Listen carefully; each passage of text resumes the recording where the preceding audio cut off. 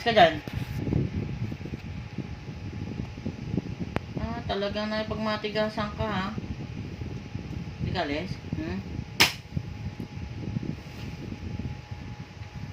Akala mo ha. Nakuha mo pa yung kumot doon. Kung pong mapailalim. Pagaling talaga eh. Hindi na lang mahiga eh. Dead mo siya oh.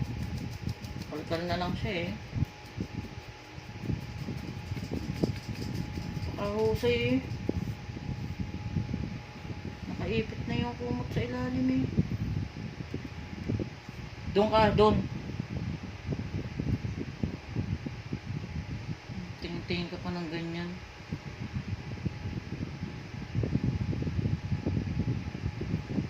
Dead ma eh, no?